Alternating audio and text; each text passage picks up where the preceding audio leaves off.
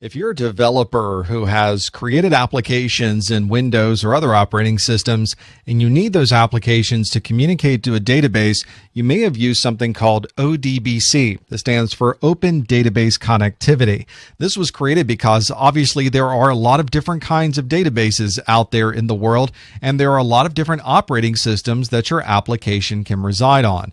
With ODBC, these things don't matter. ODBC is a translation that occurs between your application and a database so that you don't have to write your application to use any particular kind of database. You can simply have your application use ODBC to talk to whatever database you happen to be using. You would configure this in the control panel under Administrative Tools. There's an option inside there for data sources. And most of the time, your users won't need to change or modify any of these things. The defaults will work just fine.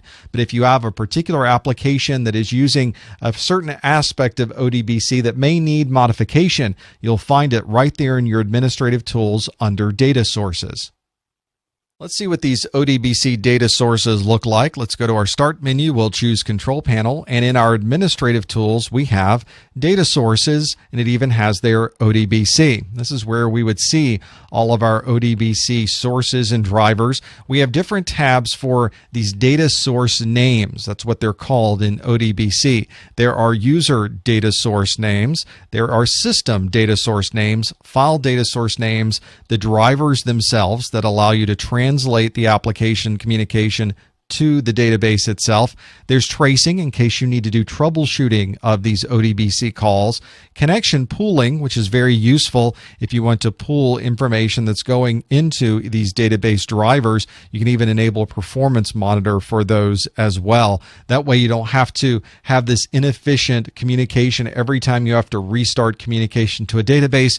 You can effectively bring up a connection and use that for multiple communications. And there's your About. If you're on the phone with support and they want to know what version of that driver are you using, you can of course look right there in the About tab. If you need a way to see what's happening with ODBC or make any modifications to the way that your computer is accessing these ODBC compliant databases, you would find all of that in your Administrative Tools right here in the ODBC Data Source Administrator.